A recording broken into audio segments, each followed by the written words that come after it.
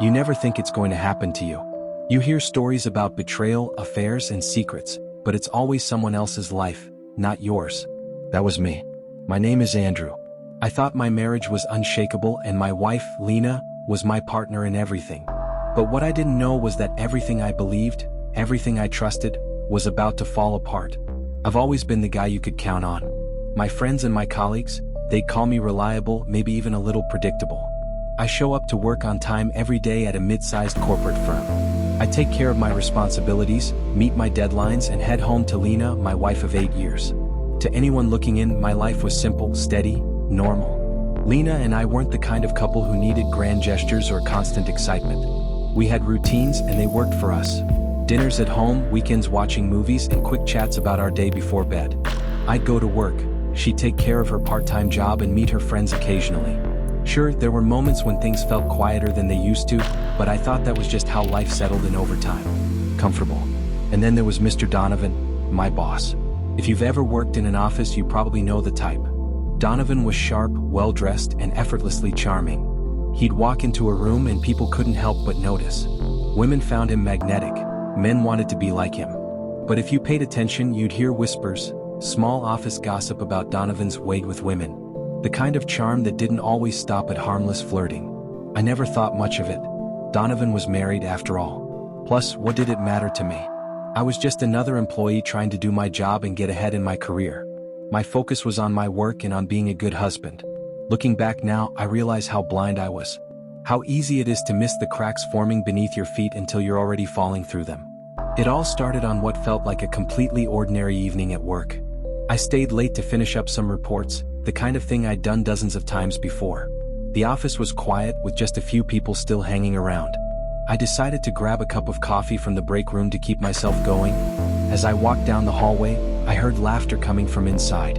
I wasn't trying to eavesdrop, but the sound caught my attention. It was two of my younger colleagues, Sam and Jake. I didn't know them well, but they were the kind of guys who always seemed to be joking around. I paused outside the doorway, hearing snippets of their conversation. "Man, I can't believe Donovan would be that reckless," one of them said, still laughing. I leaned in a little, just curious enough to see what was so funny. Sam shook his head, smirking. I walked into his office the other day and he wasn't alone. The door wasn't even locked. I swear I saw him with some woman and it was, not business related. Jake burst out laughing. The guy's married and he's having an affair at the office? Why not a hotel? Seriously, who does that? I stood there for a moment, listening, and, honestly, I couldn't help but laugh along quietly. The whole thing sounded ridiculous. Mr. Donovan was our boss, the kind of man who always seemed like he had his life perfectly together. Sharp suits, perfect hair, the whole package. It was hard to imagine him doing something so sloppy and risky. I didn't think much of it after that. I grabbed my coffee, shook my head with a little smile, and went back to my desk. At the time, it was just office gossip.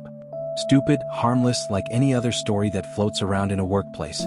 I figured it was just one of those funny stories that would make the rounds for a couple of weeks before everyone forgot about it. What I didn't know then was that this small, random moment would come back to haunt me, because the woman they were joking about wasn't just some woman. It was my wife. It was a regular evening. Lena was in the kitchen, rinsing dishes, and I was sitting on the couch. I needed to check up on Lena's mother and my phone was charging upstairs. Lena's phone was sitting right there on the coffee table, so I grabbed it. I didn't think twice about it. After all, what's the harm in using your wife's phone to call her mom? I unlocked the phone and scrolled through her contacts. But as I searched, my eyes caught a name I wasn't expecting to see. Mr. Donovan? I froze, wondering why his number was there. Mr. Donovan. My boss. At first, I tried to brush it off. Maybe it's just a coincidence. Maybe it's someone else with the same name. But the knot in my stomach told me I was lying to myself. Out of sheer instinct, I tapped on the contact. It was his number. I knew it because I had his number saved on my own phone. And then, below the contact, I saw something that made my heart skip a beat. A recent call history. Just yesterday, Lena had spoken to him. My mind raced. Why would she be calling him? What could they possibly need to talk about? I sat there staring at the screen, my mind completely blank. I could have stopped there. I could have put the phone down and let it go. But I didn't. Something was pulling me deeper. I swiped back to the home screen and opened her messages.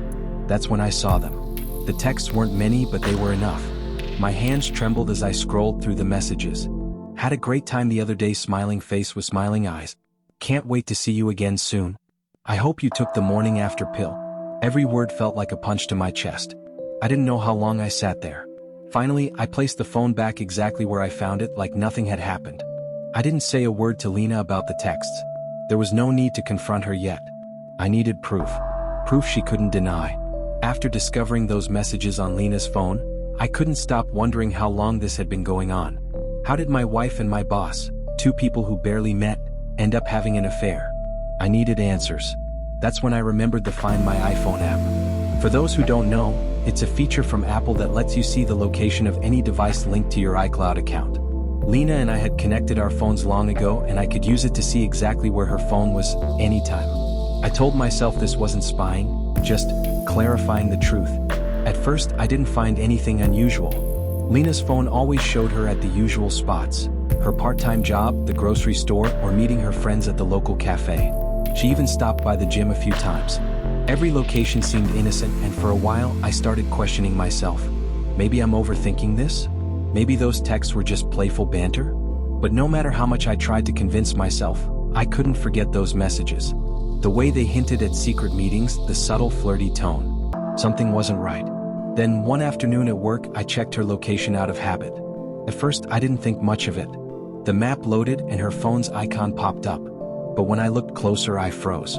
Her phone was showing up right here at my company's address. I thought maybe I was mistaken. Did she leave her phone in my car or accidentally take it with her to work one morning? But no, her phone wasn't with me. It was showing inside the building.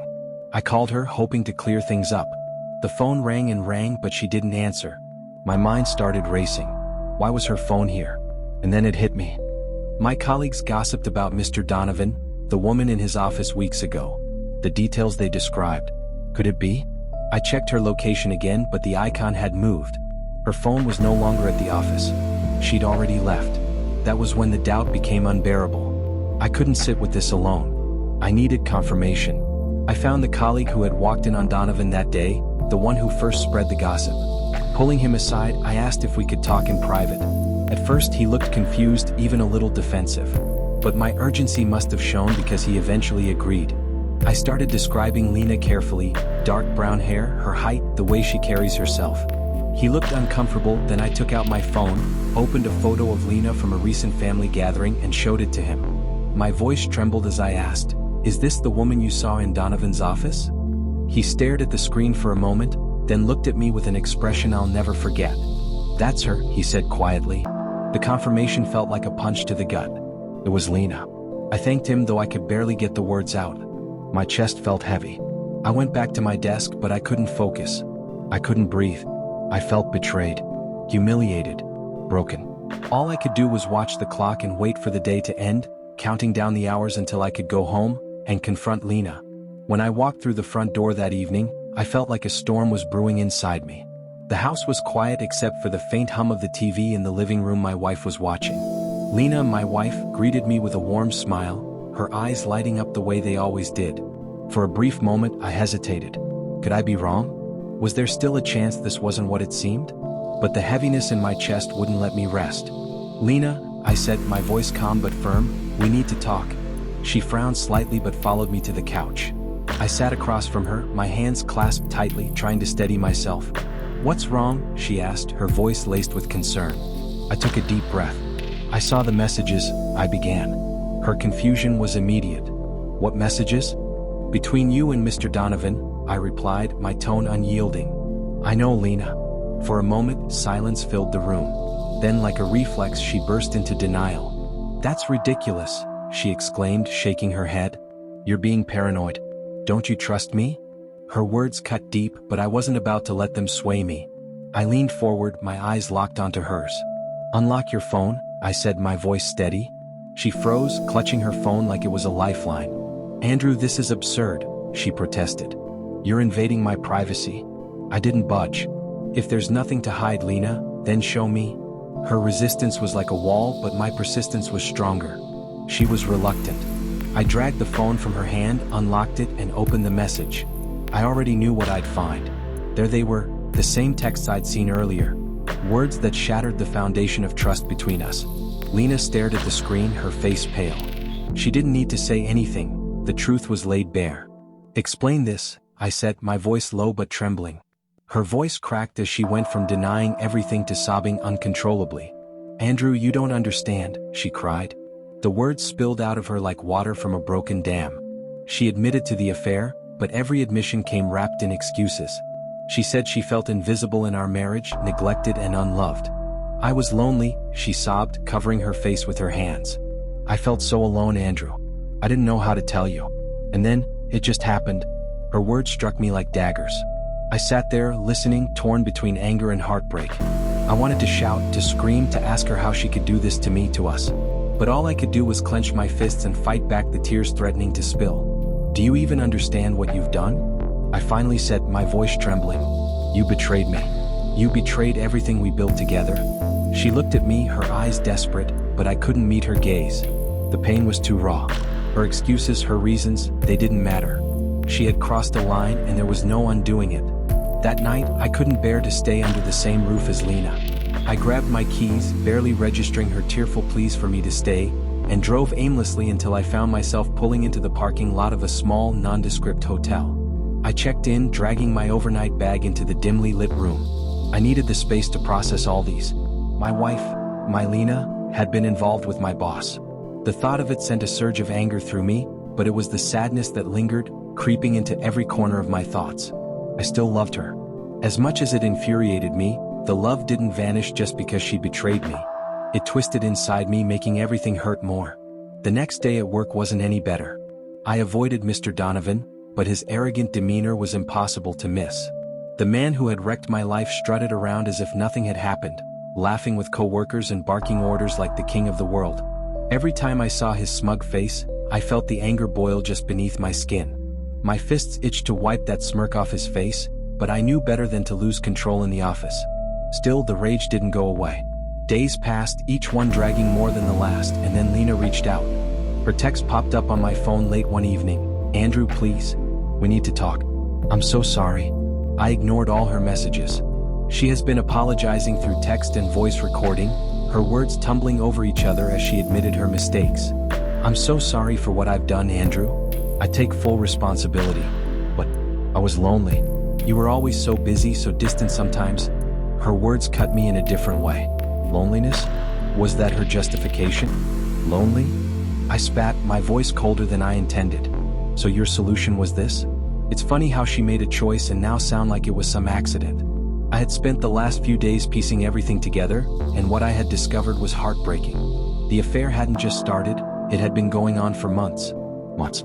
She had carefully deleted messages to hide her tracks, erasing the evidence of her betrayal as if that could make it disappear. But she'd missed a few, and those were enough to expose everything. She knew exactly what she was doing. Cheating is never a mistake. It wasn't some moment of weakness. It was planned and she agreed to it. After days of wrestling with my thoughts, I made the hardest decision of my life. Some betrayals are too deep to forgive no matter how much you want to. Trust is the foundation of any marriage, and once it's shattered, there's no going back. So I decided to walk away.